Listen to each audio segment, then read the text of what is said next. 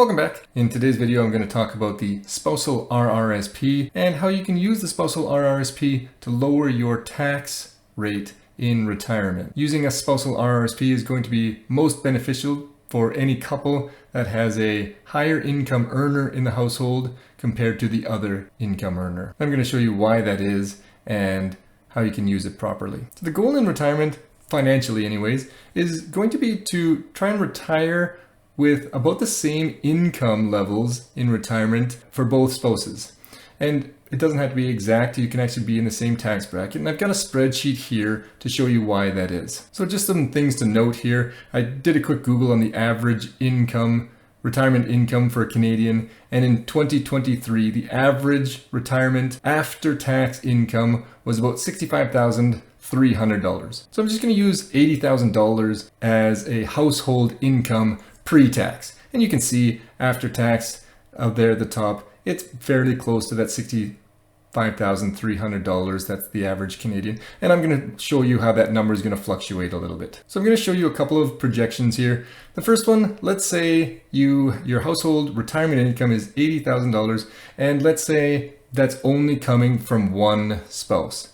So for example, my mom was a stay-at-home mom for most of her life, so she had very little income sources. She doesn't have a lot in CPP, and my dad had the pension and he had the RRSPs and so on. So for the most part, my dad would have had most of the income in retirement. My mom would have had very little. So let's say for hypothetical, I don't know what they're retired on or anything like that. I'm just using them as an example.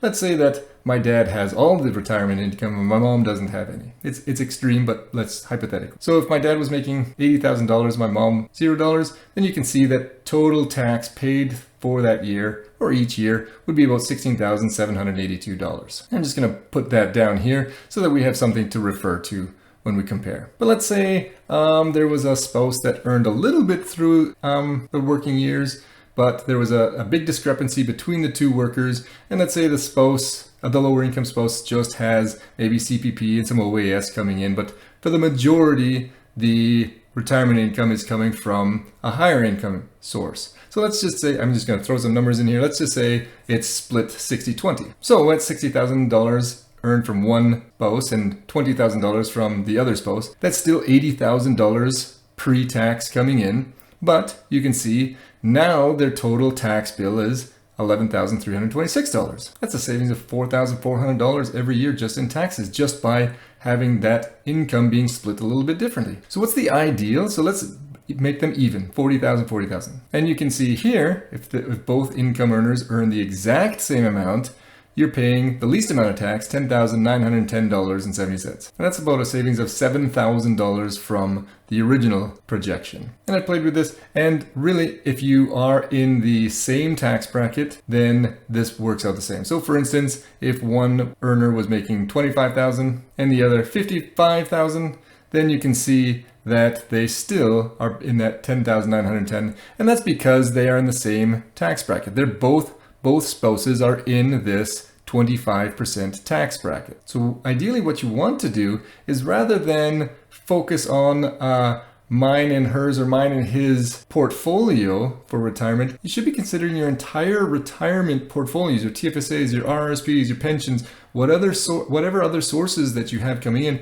all as one pot, so that you can try and reduce your tax bill in retirement. So I'm going to talk about how the Spousal RRSP can bring you closer into having a similar income in retirement. So if you've watched my previous videos on RRSPs and how to use them properly, you know that you should be using an RRSP when you earn a higher income. And the higher your income, the more beneficial the RRSP becomes, and it can become quite beneficial if you're in the top tax bracket. And the reason that they are so beneficial when you're making more money is because you're in a higher tax bracket and you get that tax refund back. So if you're in a situation where one spouse is in a higher tax bracket than another spouse, then it makes sense for the higher income earner to invest into the RRSP. That way you get more tax back and you can reinvest that. But if there's a significant difference and only one of you, only the high income earner is putting money into the RRSP,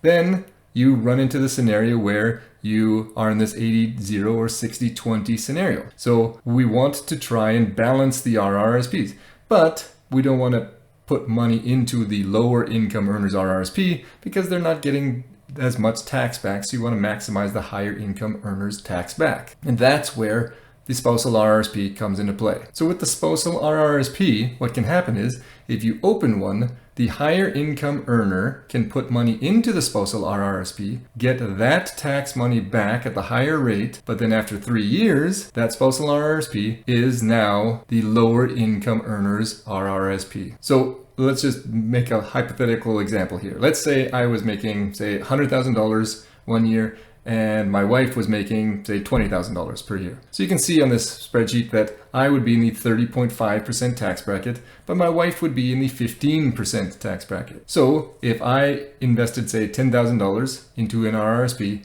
I would get $3,050 back. But if my wife invested into an RRSP, she would get $1,500 back.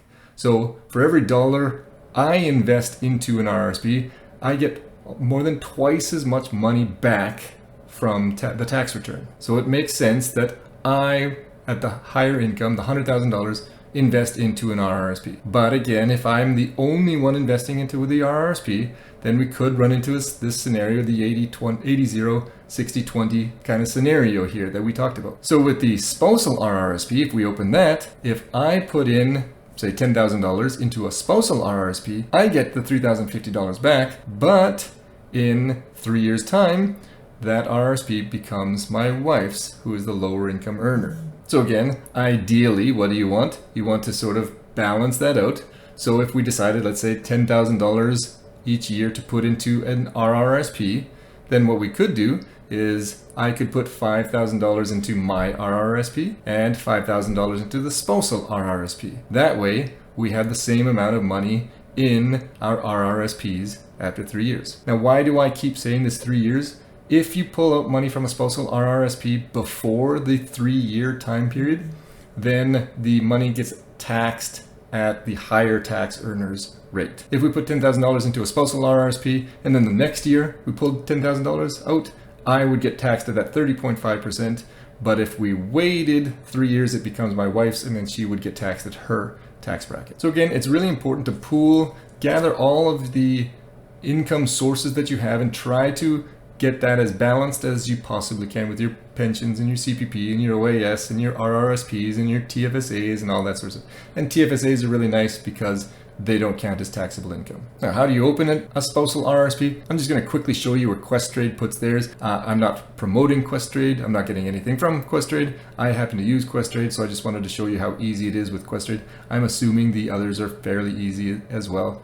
So if you just go to self-directed investing, account types, retirement, and then scroll down, you'll see that there's the spousal RRSP right there. And you can just click on it and follow the instructions to open one. And when you file your taxes in February, March, April, whenever you're filing your taxes, there'll just be a spot in your taxes that asks you if you invested into a spousal RRSP or into a spouse's RRSP. So I hope this video has shown you how you can use the spousal RRSP to lower your taxes in retirement. If you've enjoyed this video and would like to stay informed of some of my others, subscribe below. And as always, have a wonderful day.